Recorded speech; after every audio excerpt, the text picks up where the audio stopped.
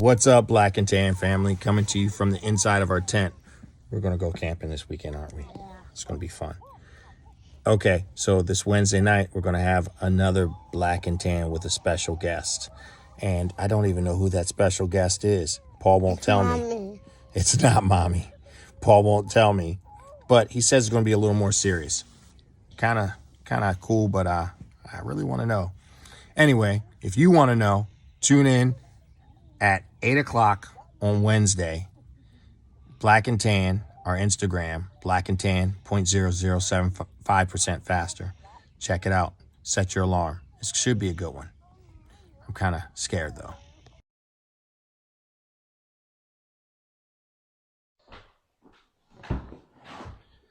Black and Tan. 0.0075% faster. Yes, it is. Yes, it is. I actually got with my new bike. I'm rocking the Black and Tan sidewalls on my new bike, and I can definitely tell. It's faster. It's faster. How much faster is it? It's probably, I would say, if I had to guess, 0.0075% faster is what I would probably guess. All right, Black and Tan. Black and Tan. So there's a lot to read into that name. There's a lot to read into that name, and I let people take it wherever they want to take it before I correct them. And the places that they've gone is hysterical. Mostly they just think it's me and you are the color of our skins. But I don't know. People don't get it at first. I get it. I understand why they don't get it. But it's too obvious. It's too obvious, right? It's too obvious. Of course, it's not tires that we're talking about. No, it's got to be Paul and Don. But it could be me and you together making each other faster. We do. I think you make me faster than 0.0075% though.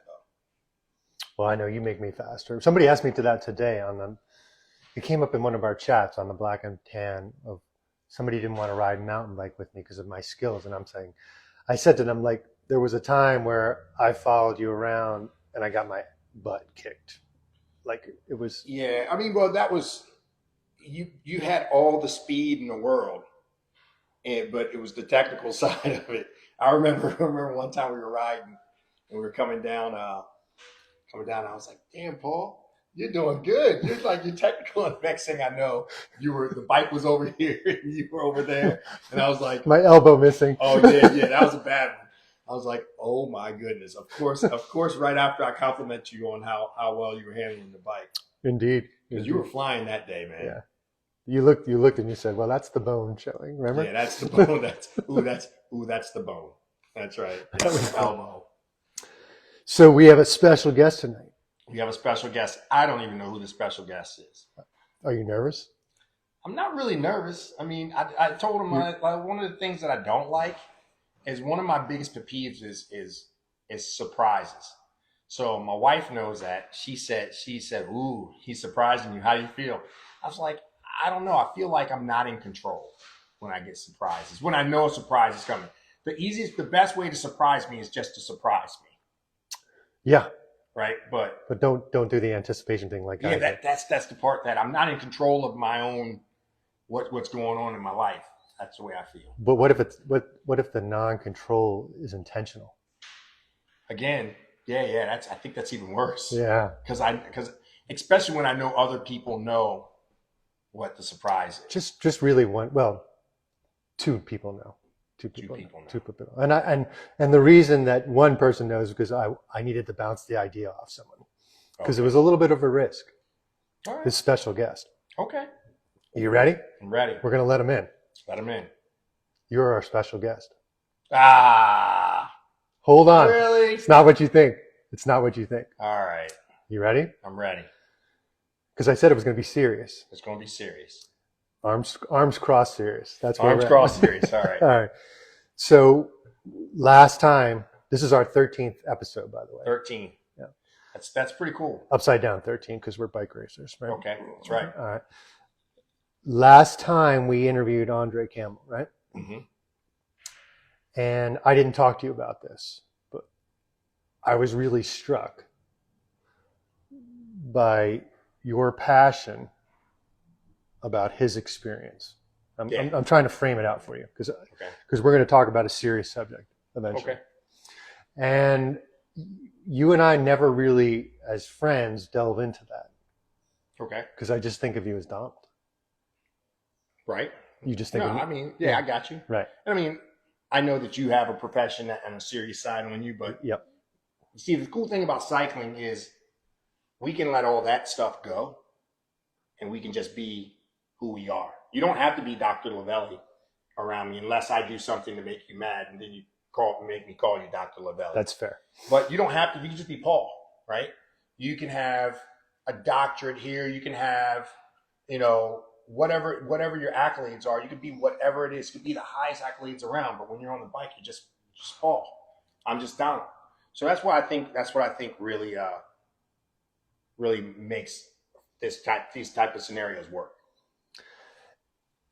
But there's a but there. There's a but. There's a but. I never think of you as a black man. Well, I get it.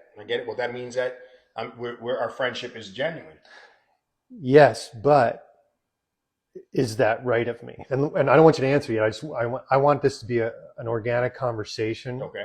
I think people are gonna have strong feelings about this. Okay. Because it's a serious thing, right? No. But when I listened to Andre talk about his experience in Richmond, and I watched you watch him, and you sat up in your seat, you were there, right. You talked about things with him that you had never spoken about with me. And I'm not saying that's a bad thing, but I want to talk about racism in cycling. Right. And I think we can agree it exists. 100%. I don't know. I know the Donald stories, and I'm not here for the Donald story tonight. I'm here for the Donald. What was it like being a young black kid, now an older black man, a shop owner in the bike industry? You're a star in many ways, but I think you're also. I think people look at you as very, very accomplished, right? And they look at in my field, in your field, which we know is a white field in the grand scheme of things. For sure. So I wanted to ask you some questions and get you to talk about that.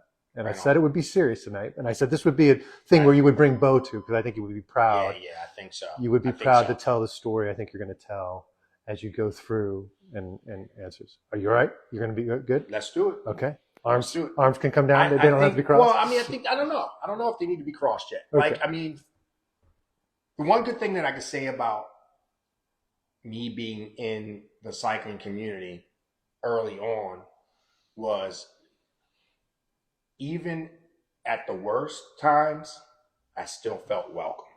Like still felt like to my other cyclists, I still felt welcomed. I still as a mountain biker, because I didn't get into road riding until later.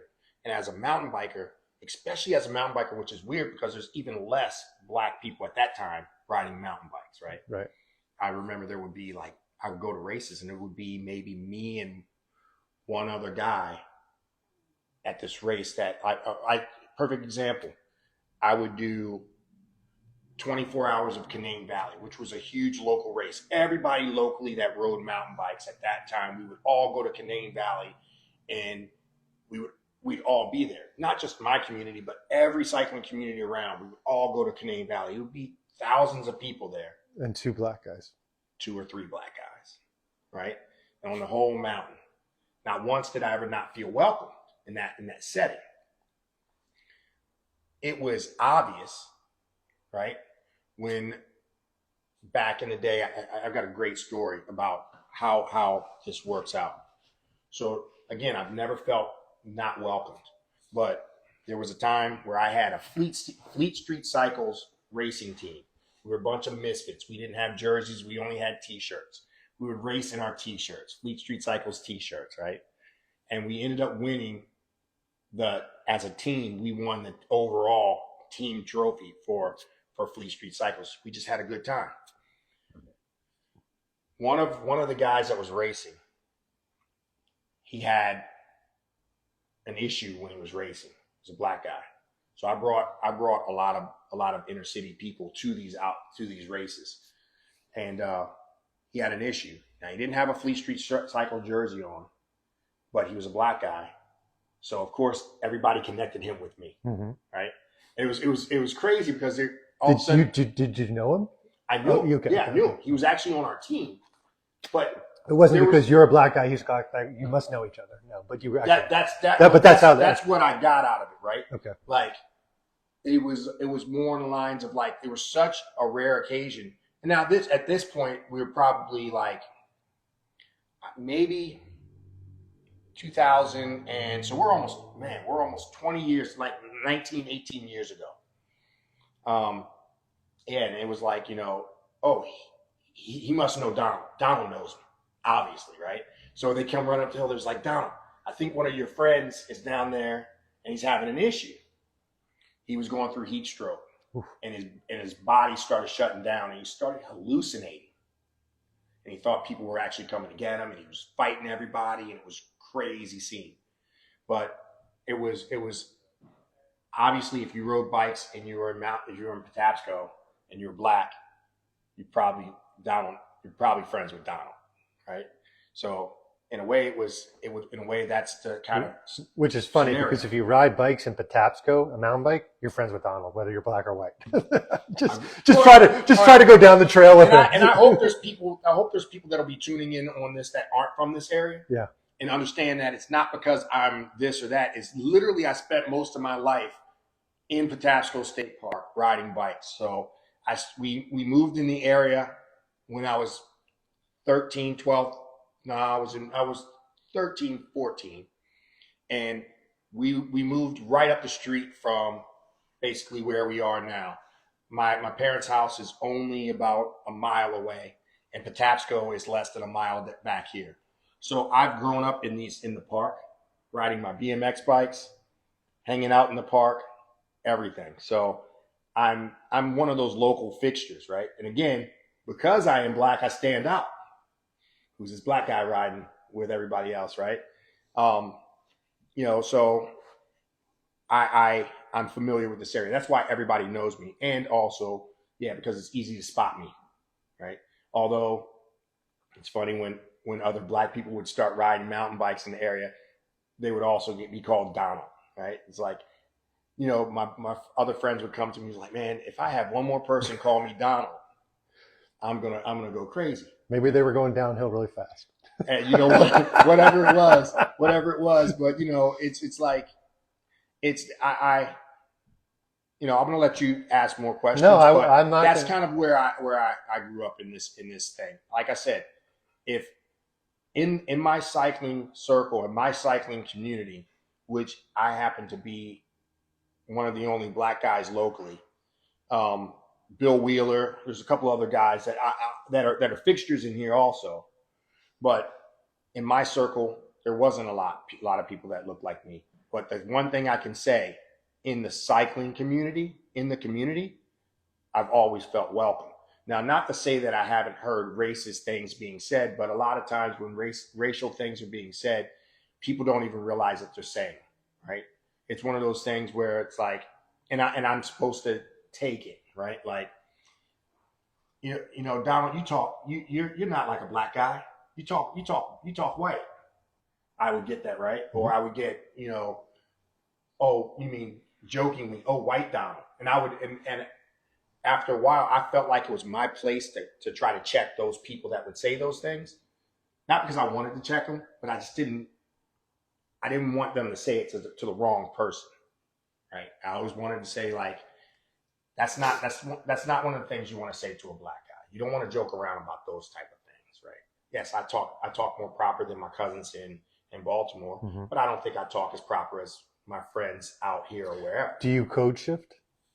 Like, so when you're with your cousins, I think everybody does. Yeah. I think everybody does. A perfect example is my wife, when she's up north with her family, I hear that accent come out, right? 100%. I think everybody does. I think that's kind of a way that we blend in, right? That we feel comfortable in our settings. Human beings. Right. As humans, I think we all do, right? If you're from New York, when you go to New York, that New York accent's going to come out, I promise you. What are you talking about? Right. You know what I mean? So, I of course I do. Of course I do. Sometimes I catch myself and I try to not do it as much, because I want to be genuine. I want everybody to see who I am as a person versus me trying to fit in. And one of the things I don't want to ever try to do is I don't want to try to fit in, but naturally we go there because that's the natural way to go. You know what I mean? And anybody that tries to deny it, you know what I mean, they're just in denial. That's just what we do as people. So if I'm around people that have the same cultural background as me, I tend to talk more like those people that have that same cultural background, right? And you got to remember, I'm a black guy that grew up in a predominantly white neighborhood all my life. In a military family too. Most of my closest friends, my best friend's a white guy. You know what I mean? Like, and this is a guy that I call my brother. You know what I mean? All my friends, most of my friends that I grew up with are white guys, right? So when I'm around them, now let me tell you something about my white friends though. My white friends talk with a lot of soul, right? So a lot of the guys that I grew up with, we all talk the same, right? So, you know, but yeah, it's a scenario that comes up a lot. Talk a little bit about. So you move here when you're 13. You get involved in the bike scene. Were you involved in the cycling scene before? So okay. You were a BMX kid growing up, riding BMX in the neighborhood. All we did was ride bikes. Mm-hmm. So when I was really young, I lived in a place called Freetown, which is in Pasadena, and it's basically Freetown is like it sounds for where slaves went. South Africa, Freetown. Yeah, okay. It's all black. My parents moved into a house right out of Freetown Village. Freetown Village was like the hood, like the scary place in Pasadena, right? Like cops didn't go in there. We moved there when it was winter time. We bought the house in the winter. We didn't know about the village literally blocks away up the street. So when my parents moved in, all my friends lived right up the street. So I ended up befriending a lot of people that lived in the village. And it was one of the best things I think I ever did because it gave me something. It gave me like, for me, I had people that looked like me that rode bikes. Now they didn't race like I did, but they rode bikes and they were good at riding bikes. We had wheelie contests. I mean, we did everything, build ramps in the middle of the streets, right? I broke both my arms jumping off a ramp in the middle of the street. But, you know, bikes were a part of their lives just like it was a part of my life. They may not have had the money to go out and get the nicest bikes, but my buddy Stump, he used to build bikes, and we'd build them, we'd jump them as far as we can. And, yeah, we all had fun on bikes. It was all about bikes. No matter where I went, it was still about bikes. And then you move here into a predominantly white neighborhood. Right. White school, I'm guessing, right? Before we moved here from Freetown, we actually moved to Harmon's Woods, which is closer to Fort Meade. We lived there for like 4 or 5 years, and then we moved here to Elkridge. And yeah, so in the meantime, I was going to high school, and mountain biking had blown up. I stopped BMX riding when I was like 15 because it wasn't cool. All my older friends had cars, mm-hmm. and I was still riding my bike, right? So it was like, that wasn't cool to ride your bike. We rode bikes everywhere. But so my older friends started getting cars, and now I'm in the cars, right? All I'm thinking about is cars. So when I turned 16, my father gave me pretty much a brand new truck. And immediately me and my mother and my father got together, and they let me start modifying it. So I lowered it. This is where it started. Oh yeah, this is where it started. I lowered it, rims, tires, exhaust. We shaved the door handles. I had buttons that would open the door handles up. This is like 17 years old, right? So I was in the cars for a long time. And then the mountain bike stuff started coming off. And my best friend, Rick Bauer, was like, my mom and dad got these things called mountain bikes. You want to go try them out? So I said, yeah, let's go ride. So I'm thinking it's like a BMX bike. I'm riding it like a BMX bike. We're having a good time. We went behind Arundel High School. Very first place that I ever rode a mountain bike was behind Arundel High School. And this was like 1990, right? Or 89, 1990, because it was right before we graduated. We went behind Arundel High School and we had a ball. Ended up saving up some money. I was working at, no, I'm sorry, I wasn't even working yet. I was like, I was in high school, doing what high school guys do. So I ended up getting a job at Bike Doctor in Odenton. So now I'm working in the industry. Got my first bike, got my first real bike. How many other black guys are working at Bike Doctor at that time? None. Yeah, so. None. I don't, none. How did you land that job? So Do you remember? another high school friend of mine named Omar, who was also, our paths followed each other. He was in the remote control cars. I was in the remote control cars. He was in the cars. He had an RX-7. I had an RX-7. Like our paths were always like intertwined, like into the same stuff. He got me a job there. He was actually like the assistant manager there. He got me a job. Now now we're in like 93, 94, something like that. So I worked there and I started racing mountain bikes. So we were doing, out in Bowie, somewhere in Bowie, there was a paintball field, and we used to do this.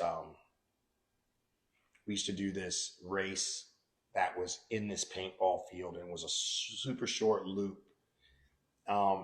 Crazy part about mountain biking and biking is where I met like a lot of my really, really good friends. A lot of my like friends that have been my friends now since the early 90s to now. I've met a lot of those guys in mountain biking. 30 years. Yeah, 30 years in. Mike Render is a perfect example of that. Mike and Amy, but Mike more so before he even met his wife Amy. Me and Mike raced in that series together. I was going to win that series and came out of the woods. Me and Mike were like 1 or 2 points away from each other winning the series.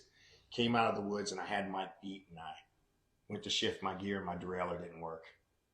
You need a bike mechanic. I needed a bike mechanic back then. So Mike actually won the point series. I came in second. And it was just like all crazy from that point on. Like I was hooked. And still, I never felt like felt like an outsider there. I never felt like an outsider, man. I always felt like in mountain biking, I always felt like I belonged there. And I don't know if it was because I had a raw talent in mountain biking early on and I could do things that other people couldn't do. And I don't know what it was. And, I could bunny hop higher than just about everybody.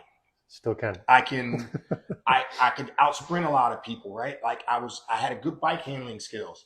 So I never felt like I didn't belong because I didn't really have to worry about not holding my own. You know what I mean? In mountain biking. And, I got into road riding later on when I started working. I was going to Towson and I was working at Pete Cycles. I got into road riding from there. How many black guys working there? Two All right. of us. All right. Two of us. It's Bobby, who is actually a police officer now. It's me and Bobby. Yeah. Now, this was. Don't answer this question. Just think about it. Have you had to use Bobby? No, I never. I think because I had cousins that are also police officers, so I never had to use Bobby to get out of jail or anything like that. So, but this shop was different. So by now, in mountain biking, I still hadn't seen a lot of people of color. But at least when I was working at Pete Cycles in Parkville, I believe, I started seeing more and more people of color that rode bikes, right? So now I'm starting to see people like. Where's Pete's? Where it's no longer. I know where. Yeah, it was right near Towson. Okay, all right, by Towson. Okay. Yeah. So there was Jamaican Wayne, right? There was a lot of people. There was Doug, who was our fitness coach. There was Jamaican Wayne. I don't know what we want to call Mark Frazier, but we'll just say there was Mark Frazier. right?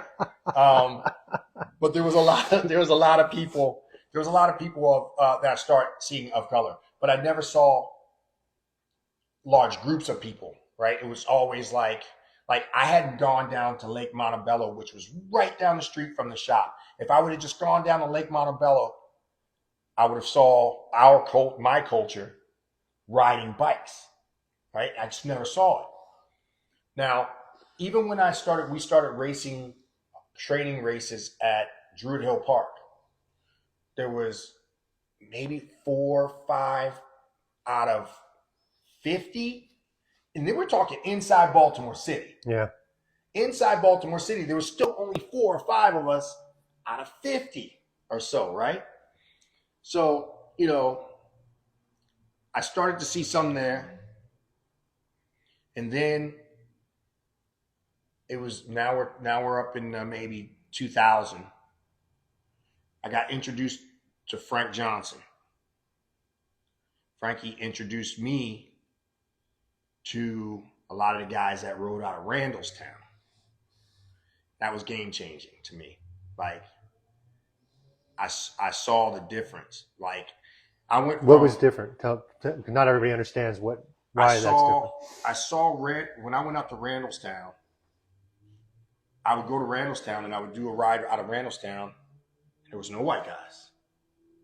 It was just black guys riding. 20, 30 black guys riding together. All together.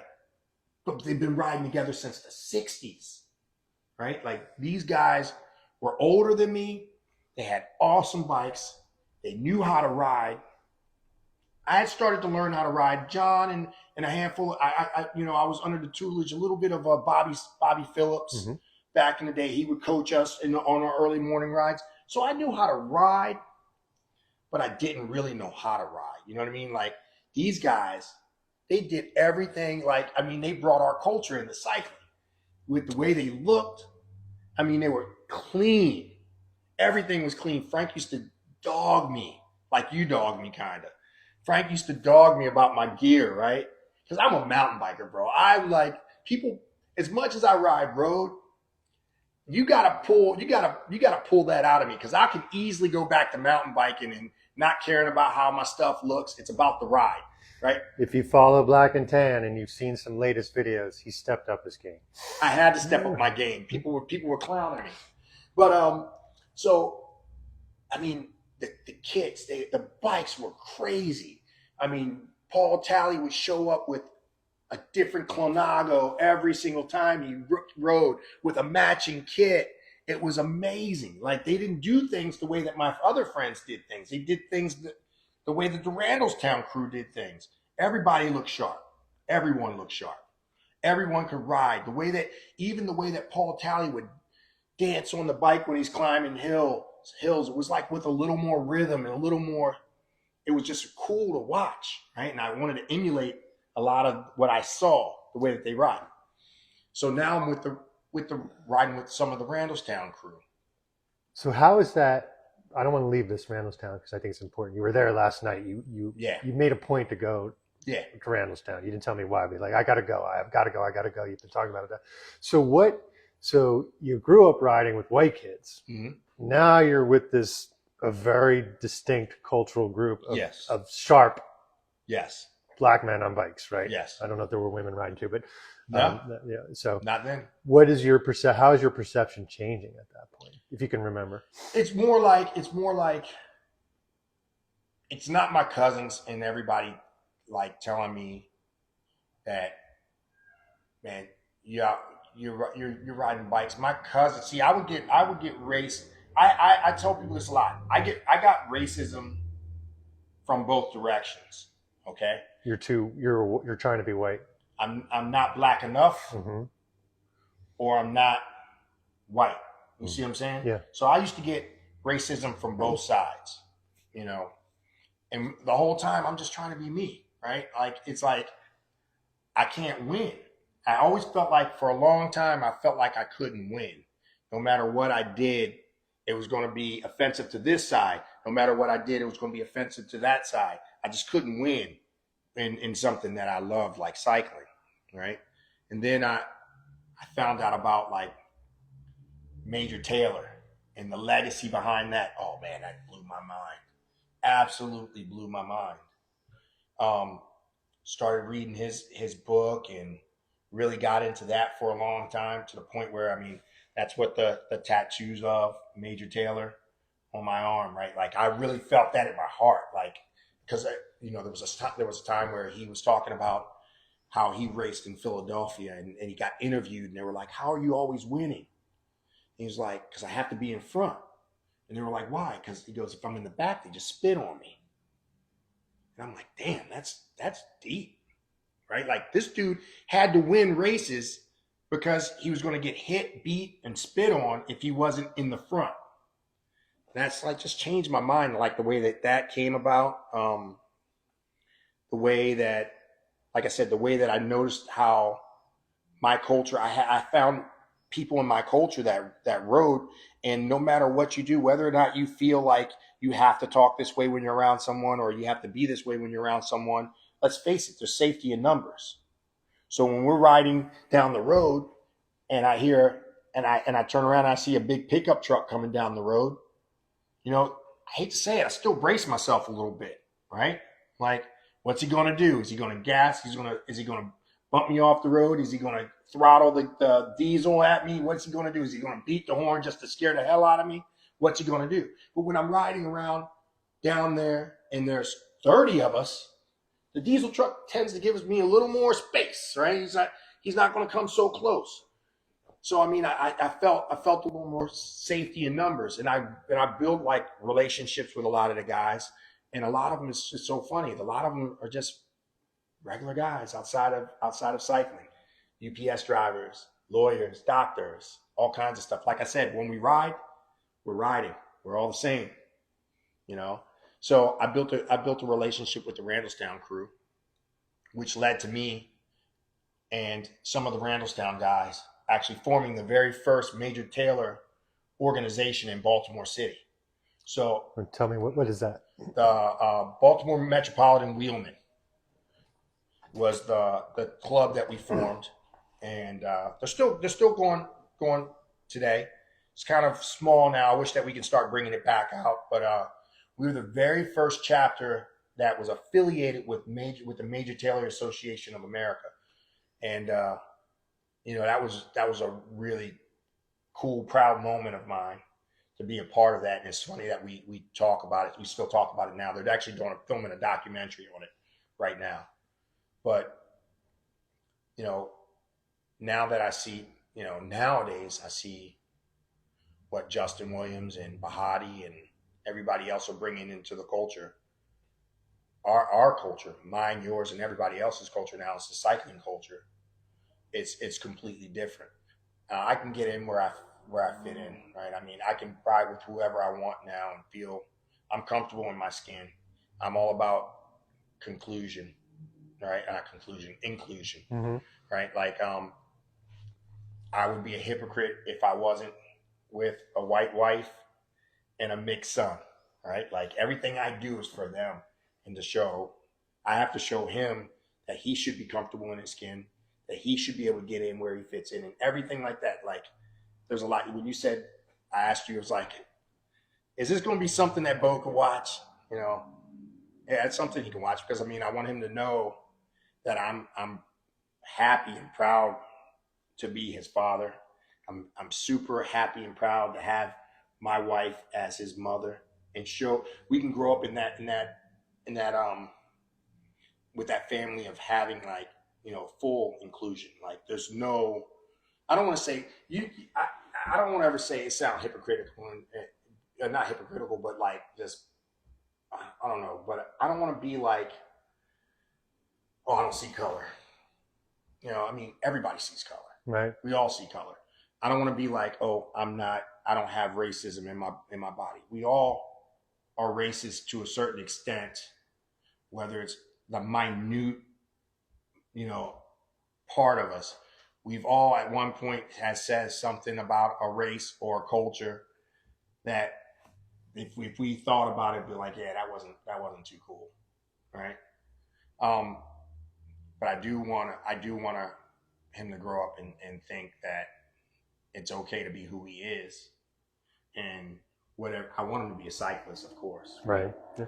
I would love for him to be in some type of combat sport, although I think his face is a little too pretty to be messing around with combat. He's a good-looking kid. Yeah, but I want him to be a cyclist. But if he's not, man, whatever he gets into, I just want to support him and let him know that it's okay to be him. Yeah, 100%.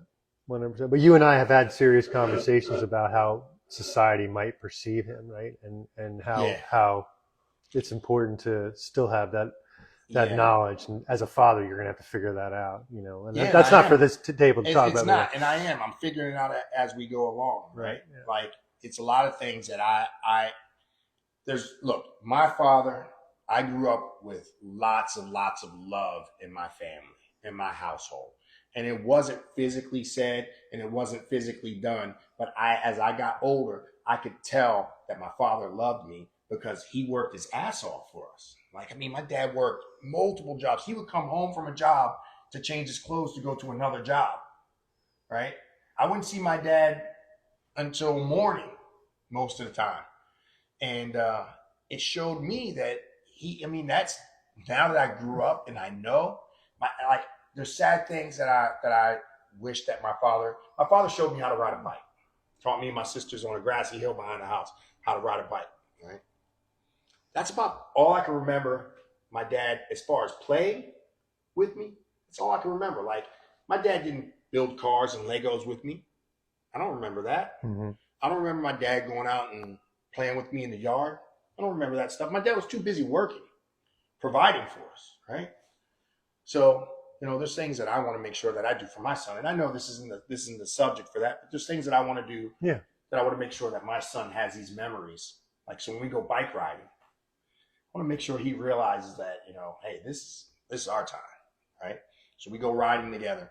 We went down the NCR trail together last week or whatever. And, you know, we spent like 2 or 3 hours just cruising down the NCR trail. He was in his little cart behind me, but you know, he was pointing out things and telling me this and that. And it was a really cool experience. Those are the type of memories that I want to have. That I want him to have of us, you know. But I'm getting back to. Let me. I wanted to ask you this at the moment, and I didn't. But you were struck by Andre's story of trying to get included in Richmond. Right? Yeah, because I mean, it just matched mine. You know what I mean? And Richmond is not Baltimore. You know, I feel like Richmond is a lot different than Baltimore. I feel bad for him because I think he had it worse than I did. Mm-hmm. You know what I mean?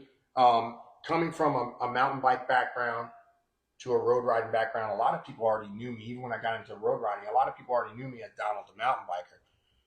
You know, but coming from not being in cycling and trying to get into cycling in Richmond is a whole nother level, I believe, than what I had. I had, like I said, people from mountain biking knew me from BMX riding.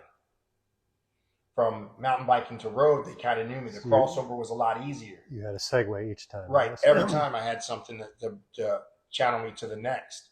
And I think his story was so intriguing because, like I said, I felt it in a lot of ways, right? I felt the same. I get it. I totally get it.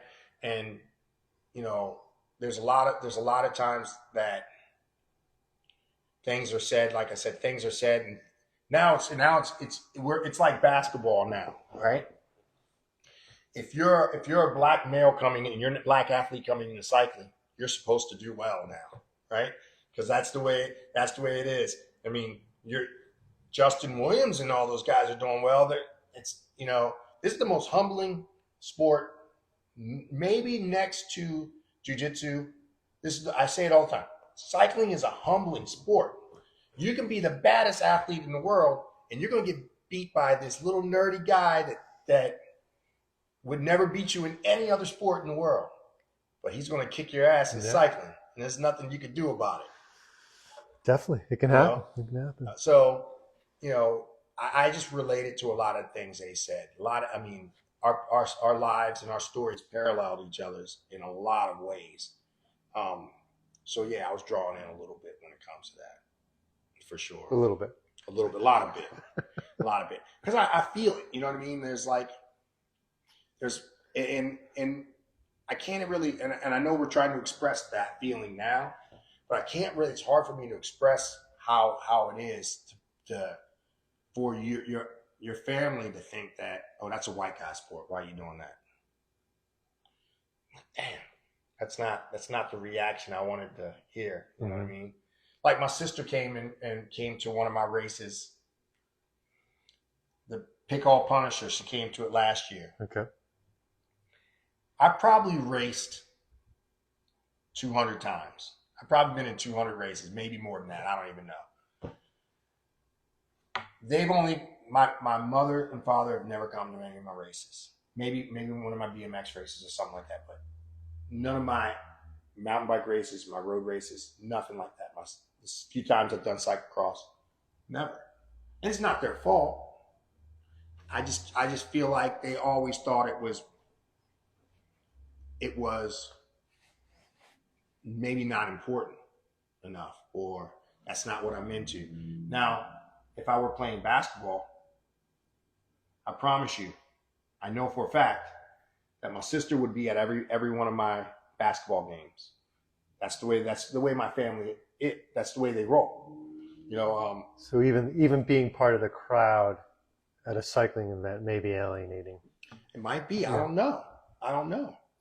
You know, that's I'll never know because they don't attend my right. Well, now she, like I said, she did come to my to Pickall, and it was pretty cool to see her there. And it actually was like, it was really cool to see her there.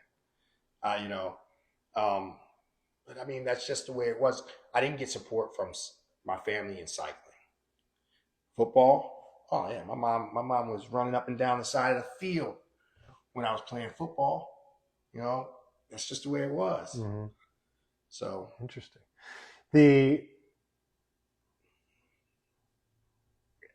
In terms of the industry, as a minority business owner in the industry, like, is it there too? Do you feel it there, or? It's more than people think, right? So it was so funny because I had a customer come in, and Matt was listening in on the conversation, and the customer was telling me that I think there's only 2 or 3 black guys who own shops in the country. I was like, no, I'm pretty sure there's a lot more than that. Now, when I first started, I didn't know of too many, but I know that there's a handful in New York City by itself. Mm-hmm. There's a handful in LA by itself. I mean, there are minority owned bicycle shops a lot. There's more than people think. Mm-hmm. But the fact that there's more than people think tells you that there's not a lot also, right? When you say it like that, there's more than you think, it's also saying that there's not a lot because it's not obvious. And, you know, it's one of those things where, you know, again, during COVID, I saw it a lot where I saw people wanted to come and shop at my shop because I was who I am, the color of my skin. And how does that make you feel?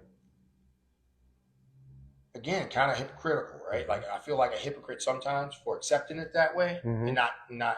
But I have a friend who owns Frisco Tap House, Adam Carden.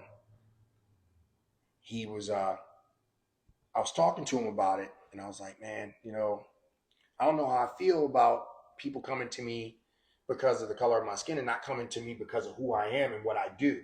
I honestly feel, I'm not trying to be cocky about this, but I honestly feel no one can do what I do. There's no one around that can do what I do and how I do it, right? And especially with the Dremel. Especially with the Dremel tool. I'm incredibly talented with the Dremel tool. But I honestly feel like I'm at a higher level when it comes to what I do in the shop and how I am in the shop with people. But can it be both?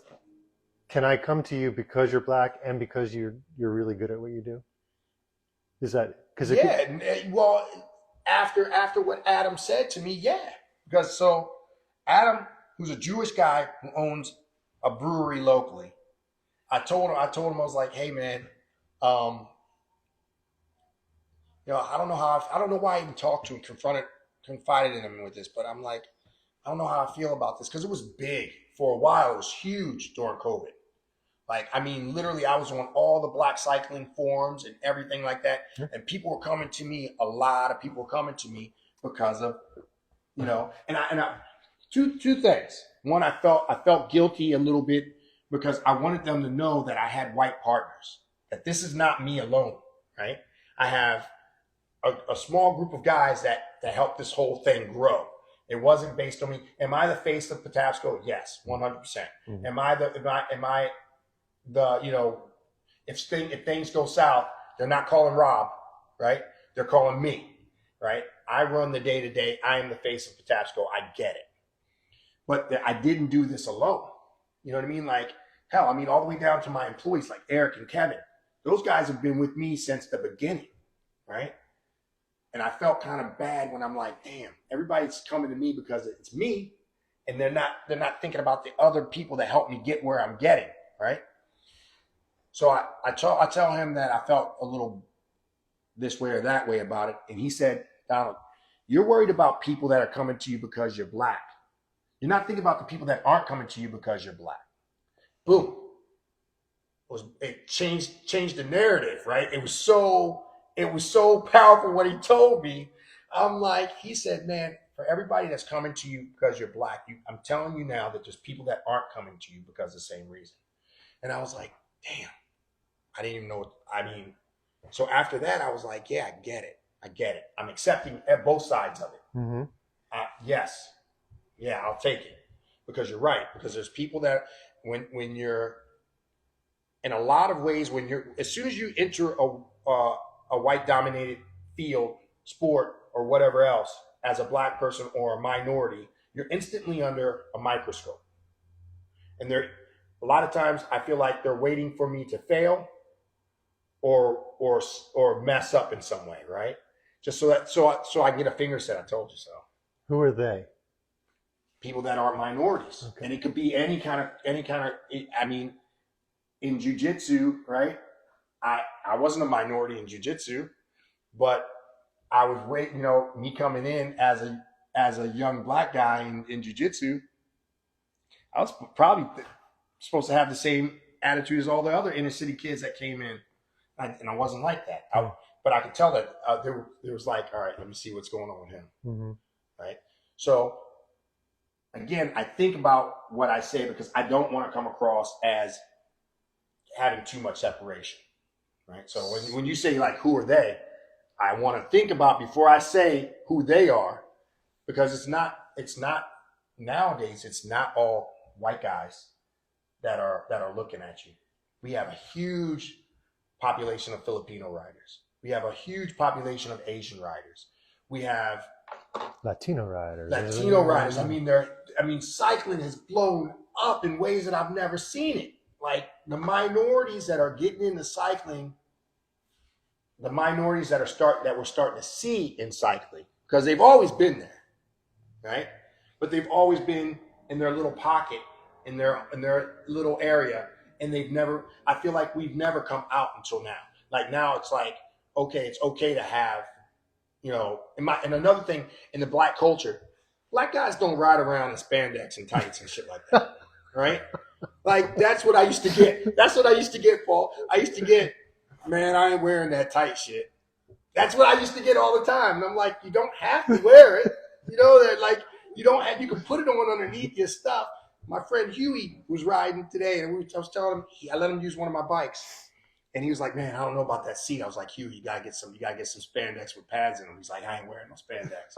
I'm like, "Man, you don't have to wear them out in the public. I get it. You don't want to show off, whatever. I get it, but you can put them on underpants. But that's another one of my, one of the things that my cousins and everybody would say, "Man, I ain't wearing that tight shit." Literally tight shit. Yeah. Right? Yeah. So, it's crazy. It's crazy. But which leads us to where we are now.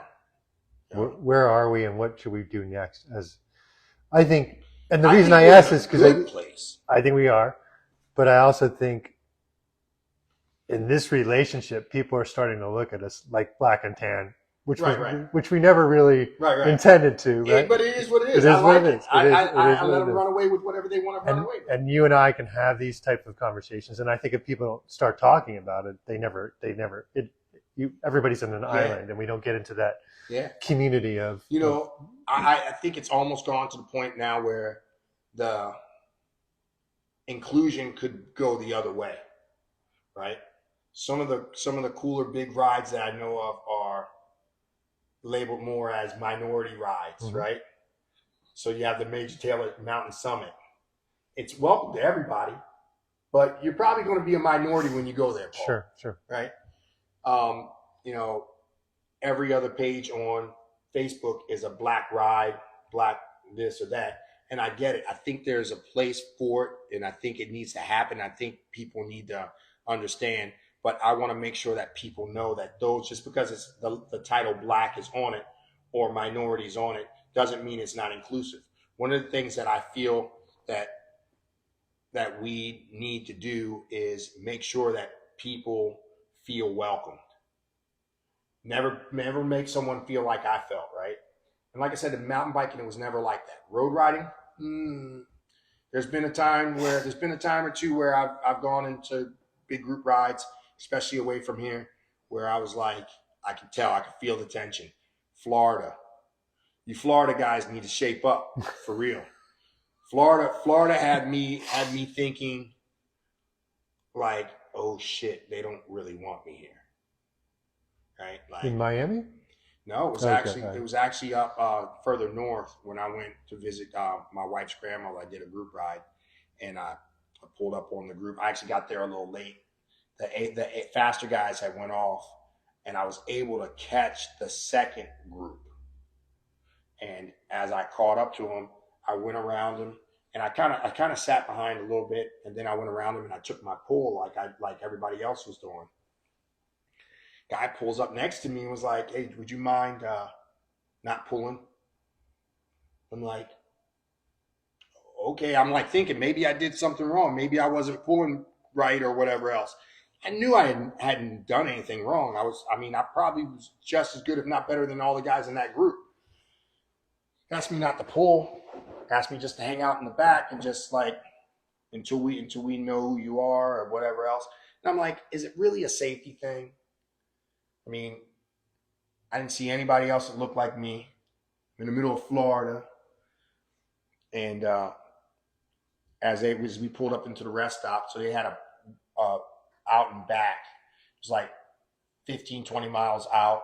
You go to the rest stop and we come back. As we were pulling in with that group, with me tailing, the A group was going out. So I just made a U-turn and went with the A group. Now, the A group I felt a little better in, but it was probably because they were going so hard that we didn't have time. Everybody needed help. Yeah. We didn't have time to think. That was like a ridiculously hard ride. But that's the first time that I really felt like I didn't belong. One experience riding in down near the Shenandoah, I got called the N-word from a truck that would pulled up next to me. The guys looked at me and just called me it and pulled away slowly. And I was riding with Jeremiah Bishop, and he had gone off, and he was gone, and he had kind of did a loop back around and caught up with me. And I'm like, the whole time I was thinking, like, are they going to be out of their trucks around the corner when I come up around the corner, or are they going to come back and do whatever they did? Next to riding in areas where I see Confederate flags and things like that, I don't really know if I felt blatant racism besides those couple of times, which is a good thing. And I'm sure there's stories where I know a recent story where some friends of mine were riding out in Town, and a lot of bad stuff happened to the point where the mayor got involved, and they actually had a ride out there, and things happen, But I think this is a sport that it can be inclusive. It can be a sport where we can learn a lot from each other. We can bring certain cultures into it. You know what I mean? The Filipino mountain bike rides, they have the best cookouts after the ride. It's always it's always food. Always leads back to food with me. The Filipino guys, they have the best cookouts. They have some of the best rides. The Caribbean guys, I hear they have there's a big population of Caribbean riders here. Always eat after the ride. Yeah, after the ride, not before. yeah. That's going to be. Yeah, that could be bad. But I think the culture that we have. But I mean, there's a rich history of Black riders that a lot of people don't know about, and I think now I don't see as many, but in the early 80s, early 90s, early 2000s, there used to be Major Taylor everything. I mean, Major Taylor bars, Major Taylor cranks, Major Taylor this, Major Taylor that. And I saw the name and I didn't know who the name belonged to and the history behind it. And I feel like now, I think there's an opportunity for us to learn more about the history of cycling, whether it's minority, whether it's just the history of cycling in general. And, that's where, now that we're getting more inclusive, there is, national champions, and there's been Black national champions before Justin Williams and before Corey Williams, right? There was Bahati. Before Bahati, there was Nelson Vales. Before Nelson Vales, there was, like I said, man. So before Nelson Vales, of course, it was Major Taylor, but there was a big history jump. It was a long time before we didn't have anyone to represent the culture, and now we have who we have. But there was people before them. Yeah, right. It didn't happen overnight. It didn't just happen with them, right? It's just so funny that they have a formula that's unique, and a marketing formula that's unique, and that didn't exist Black or white before that. It's a strong business model. Yeah. That didn't exist Black or white before. We're talking about Legion, if nobody. Legion of Los Angeles. It's a strong business model. It's a great business model. Driven by smart. A very charismatic personality.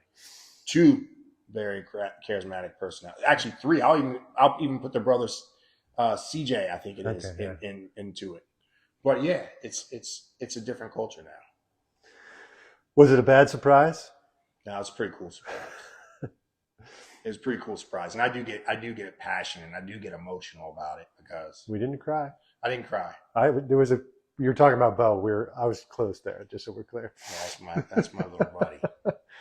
So, all right, 13th episode. We have a surprise. We do have a surprise.